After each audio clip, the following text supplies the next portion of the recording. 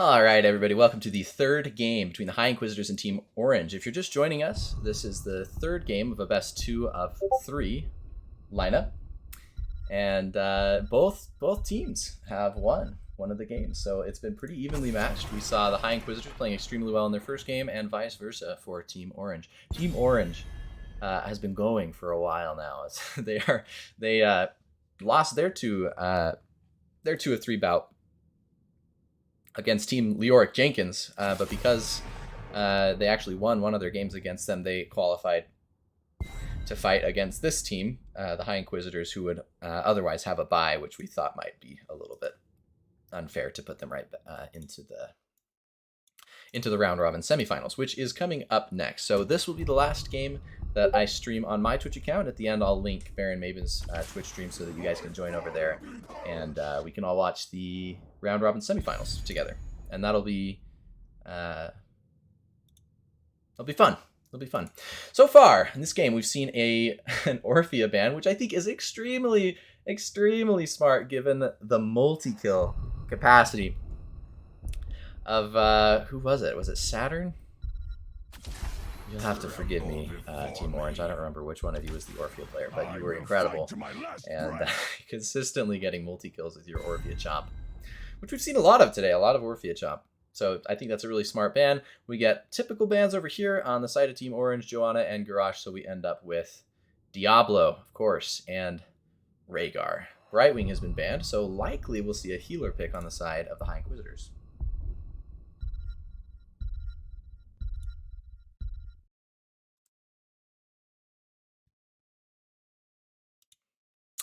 And we get the healer. So Anduin picked. Anduin's such a strong healer, especially with his pullout. Nothing more frustrating in a ranked game than when Anduin pulls a hero out that's only got 50 health and you're about to deliver the final blow. And nope. He wraps the noodle around his leg and yanks him back to safety. It's gross. But, we love it. At least Anduin players love it, and their teammates do.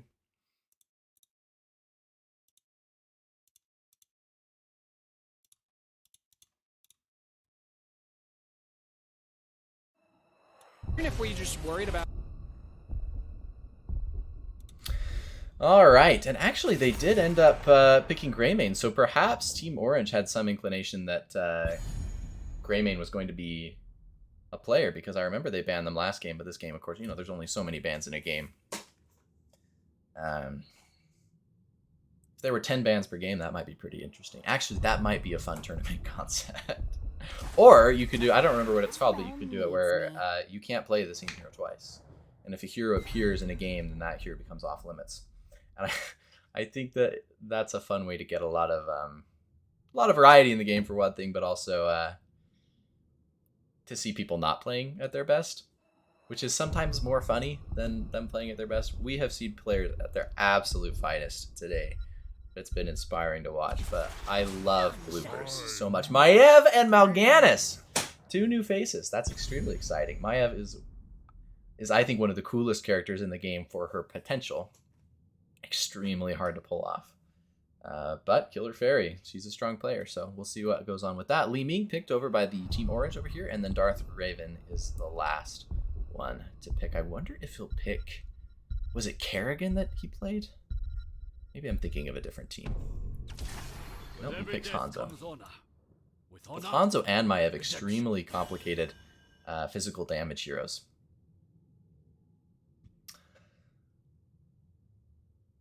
And I believe this is where we're going to end up.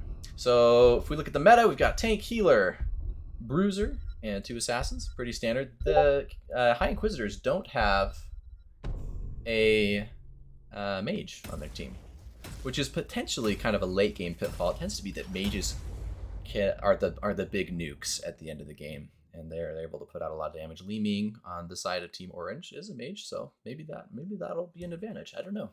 But Greymane is extremely capable, especially picking off low health targets.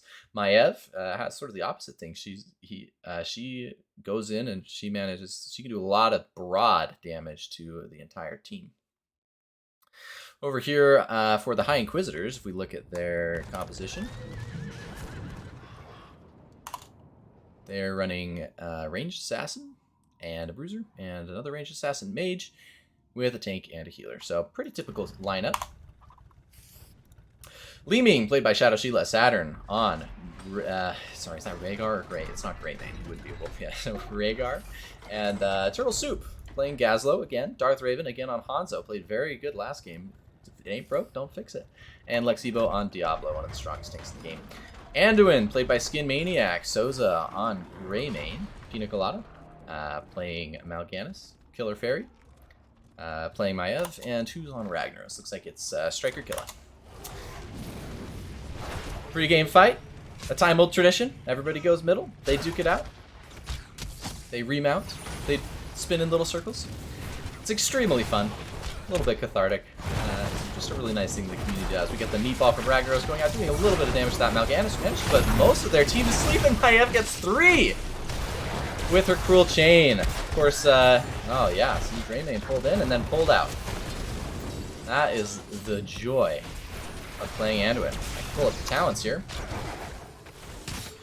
Let's just look and see who's got quests. So Rhaegar's going to try and hit enemy heroes with his lightning shield, which he can place on friends to give them a buff to damage and also make them a little more survivable. Maiev consistently able to catch 1 or 2 more heroes.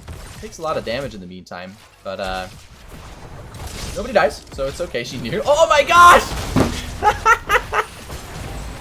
Darth Revan, I mean, he shortly meets his demise thereafter, but you have to admire the precision of that Hanzo Q. Absolutely incredible move by him. We're still even, but man, that was, that was beautiful. Red team, excuse me, orange team. Mostly bottom. Looks like Gazlo is going to kind of be responsible for hopping up and down to soak experience from both lanes. A little bit of fight here between him and Mal'Ganis. Given the low nature of both of those characters, I doubt we'll see any real...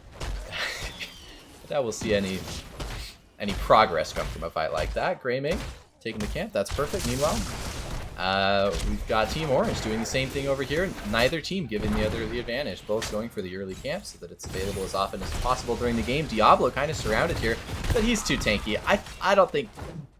Maybe if Maiev pulls him, but I think fighting within the safety of his towers is going to work out just fine for him. Greymane comes and joins. So again, it's just Ragnaros.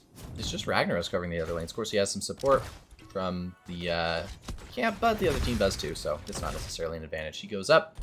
He looks at Gazlo very angrily. There goes the meatball. Gazlo gets him in the stun and with the laser. Meanwhile, down bottom, oh my god, he jumps over the wall, but while jumping, Greymane is able to get his leap, so he follows him right over the wall. That would be horrifying in first person. So we can have sort of an omniscient viewpoint. Mal'Ganis puts people to sleep. Maiev covering the bottom lane. Not a lot of aggression so far this game. Li Ming unable to go home. Whether she taunted them with the Hearthstone or not is unclear. So I can't know if you know who's smirking. It's either Li Ming or Greymane, or perhaps they both are, thinking that they both got the one up on the other. Who knows? Diablo getting a good stun on Anduin. Most of his team is behind him. Not a lot of follow-up there. Gazlo still doing a good job. In fact, he's got pretty good seniority on this top lane. He'll probably be able to get a little bit of damage on those fortifications there. Rhaegar totally happy to engage with Maiev, given he's got good self-healing, and Maiev does not. She doesn't have a lot going for her in terms of self-sustain. Hanzo again is going for the Q build, so if he can hit every enemy hero 3 times with his Q, he gets incredible range and damage from his Q. Diablo, just like before, going for the Fire Stomp build, so he's going to be getting a lot of extra healing. And I believe at later levels, he reduces the amount of damage the enemy heroes does with his Fire Stomp. I'll double check the talent later. Ragnaros taking top, Gazlo rotating again. It looks like these two are just in this sort of dance, trying to get the one up on each other. And I missed a kill, but it appears that Li Ming killed Mal'Ganis. I could only assume it was magnificent. High Inquisitors taking their camp. Nobody from the orange team on there, so that might be a slight advantage for them, especially while this objective is going. You'd love to see the preemptive strategy of the High Inquisitors, getting that beforehand. So now, orange team has to make a choice. I mean, they did manage to get the early drop on this, but if they get pushed off of this objective, it would be really bad for them. Of course, Gazlo looks like he's covering it, so maybe it's not. Maybe it's not. But that does mean that they're not able to win the team fight down here. Red team running away. They took some damage there. This Greymane, absolutely blood on the brain for him. He wants that Hanzo more than anything. Diablo coming in, making him suffer for it. I think Diablo's going down too. Yep. Yep, every time you get a kill, you're marked for death. That's how it goes. Looks like High Inquisitors trying to make a comeback on the objective progress. Very nearly able to do so. She's kind of isolated though at this point. She does have her vault, whatever it's called, Vault of the Wardens. Oh, but they both go down to a very clutch Li Ming, and she gets the ping, probably of appreciation, but who knows what that ping could be. The meatball, keeping Hanzo off of the objective. He's doing really good job of hitting those Qs. They're going to keep trying to get this. All they need is 2.8 more seconds. I don't know. Gazlo chose to go top. That's fine, but they have enough poke here on the High Inquisitor side. Maiev is back alive. They might need... Oh, nope, they got it. It wasn't enough. Anduin is he's not sufficient. He's not able to pull that off. All right. Mal'Ganis managing to put their team to sleep. Maiev going in looking for blood. Greymane, same thing. Anduin ends up taking the kill. Of course, in this game, it doesn't matter who gets the kill. Diablo will be able to get out. Good amount of damage going in on him, but boy, is he tanky. Still at 500 health, and manages to escape. Maiev one last-ditch effort to get him, but just falls short. Orange team running away from the sleep from Mal'Ganis, only to be reinforced by the Raiders. Look at that stun from Diablo, and the follow-up from Gazlo at the laser! It's enough. It takes out Maiev. It's hard to use Vault of the Wardens if you are stunned for that long. And it looks like as a result of that death, perhaps not, but certainly doesn't hurt. Oh, yep, there goes the Ragnaros ult. Looks like they're going to be able to take this bottom fort. I'd be surprised if they didn't. We now have to stick around to justify what I just said. I am a fool. They did not take it. Blue team loses the death to Mal'Ganis, probably desperately trying to defend that fort, but you know, sometimes you just gotta gracefully let it go. Maiev getting the W on the Diablo, but he follows her around like a puppy. She does not manage to break the chain. Not that it would do all that much damage against Diablo anyway, but it is still satisfying to pull someone a short distance. Every Maiev player knows that. It's not about the damage or the kill, it's about sending a message. Both teams taking their siege camps.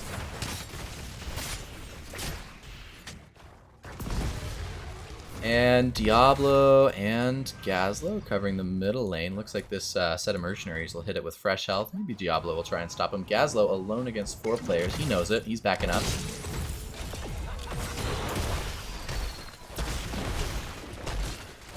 And there goes the laser.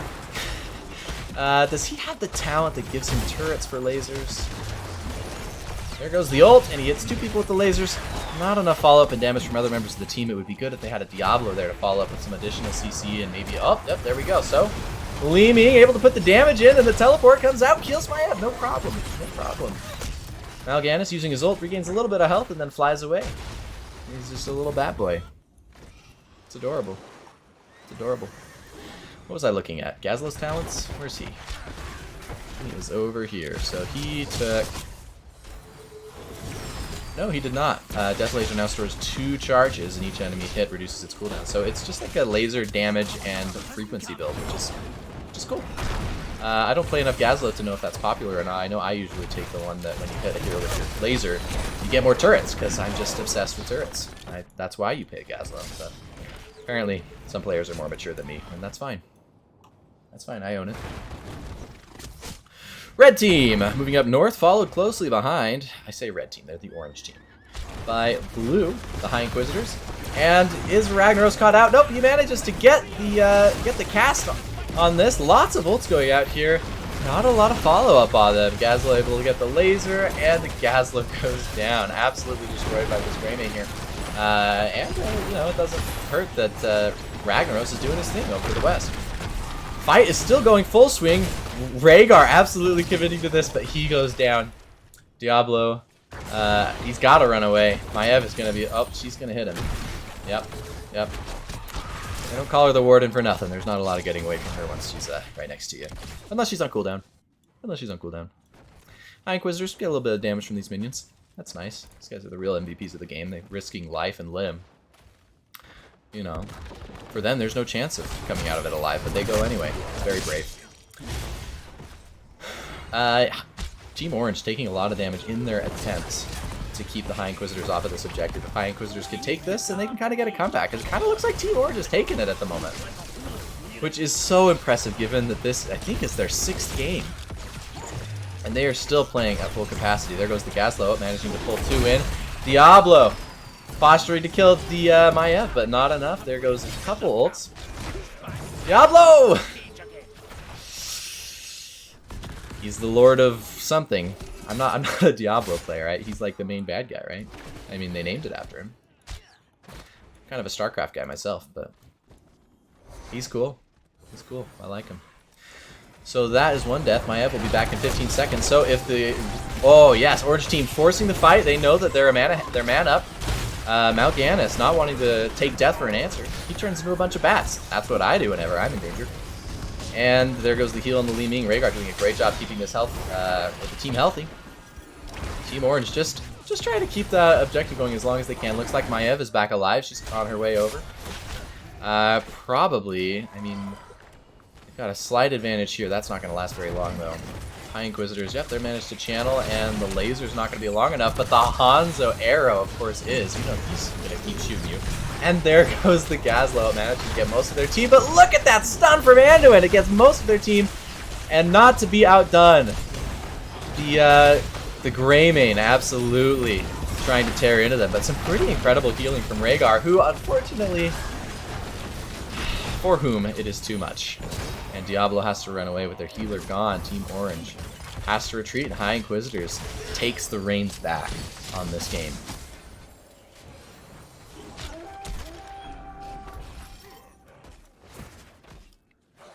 Are they going boss? Looks like they might be.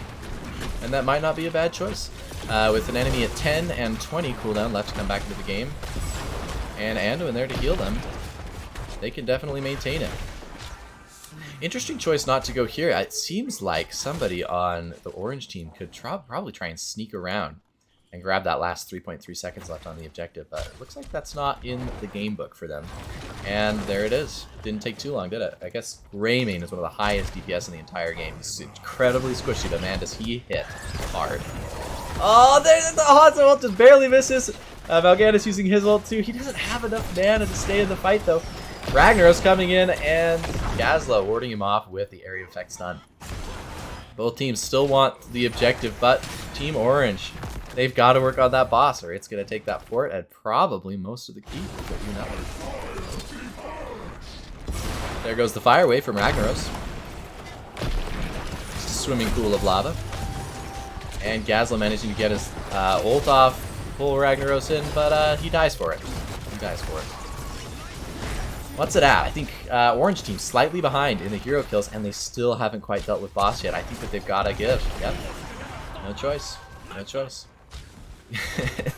The Li Ming, afraid of getting hit by that cruel chain, blinks away. They all decide to go after the boss, and they take it out. They lose the fort result, and they were so close on getting the objective. 3.3 seconds away, but the High Inquisitors turn it around, staggering the kills of the enemy team, and managed to take it out.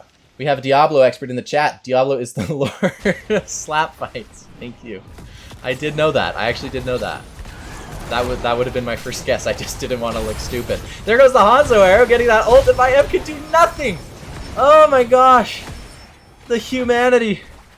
An excellent turnaround from Team Orange. They're consistently able to get the stun lock on the High Inquisitors, and Maiev is unfortunately just not a good match for it. She gets one chance to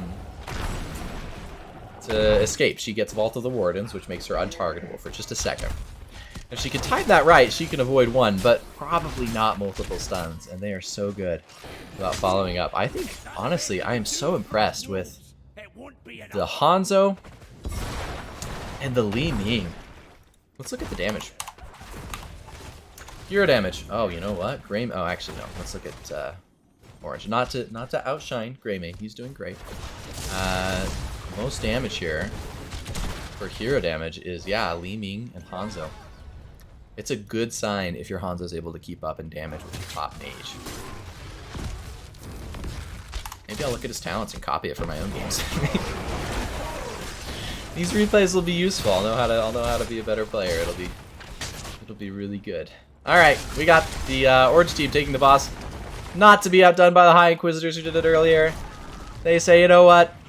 It's your turn to deal with this nonsense. We're gonna send a big rock boy at you. And now we're gonna go ahead and take the objective. Is it up? I don't think. 30 seconds. There we go. What does each team see? They know that. What does Team Orange knows that they're there? And is it? There's the Vault of the Wardens, and the Anduin saves him, and thus the Hanzo ult flies back harmlessly, angelically, and thanks to his hypnotic powers, Mal'Ganis also able to make it out. But Team Orange has the boss. That is free damage, and if Team Orange can force High Inquisitors to fight them instead of fighting the boss, that's great. And look at that! They killed the Mal'Ganis. They might just pull it out. They might. Okay, Ragnaros coming in, defending the core, but he's gonna take so much damage from the boss, and there goes the Maiev pull. Followed up by the Anduin stun. Not a whole lot of damage follow-up, although Rhaegar takes some damage, but he heals all the way back up with his ult. Maiev and Anduin going down. The boss is still there. Oh no! The High Inquisitor is just with Ragnaros left. He's down. Boss is up. I think it's game. We'll see. We'll see. Can the Wolfie boy pull a miracle? I don't think he's even going to try. No. Here we go. Here we go. He uses his silver bullet against Diablo and gets stunned, and then, you know, you gotta respect the effort. You gotta respect the effort. There's the boss. Just creaming the core. 3,000, 2,000, 1,000. That is game. Team Orange is not out of this tournament. Yeah, eliminated. Well, not eliminated, but very nearly eliminated in the first round. They have made an incredible comeback with their use of combo in this game. So impressive. Absolutely amazing.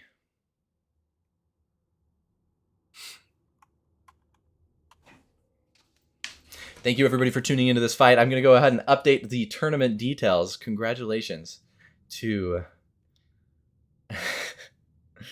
the palatable Orange team for their incredible comeback in this tournament. They will be eligible to move forward, and they're going to get to play against the Leoric Jenkins team who beat them earlier. So they have a very legitimate chance at redemption here. So I'll go ahead and step away for a moment. We'll update all the tournament details. I think also that this is the end of the stream, so I'm going to stop the recording here. And let me get the stream info for Barons, because his stream will be hosting the remainder of the round robin semifinals. So I'll go ahead and get those informations. I'll put them in the chat here. And we will very soon be ready to move on with the semifinals. Thanks, everybody, and it's been a pleasure to have you on my channel. Again, I'm not usually a Twitch streamer, but I may do more of these things in the future. If you're interested, you can follow. But if you do any subscribes, be sure to do it on Baron Maben's channel so that they can go forward and support tournament efforts for future games. Thanks, everyone. Have a good one.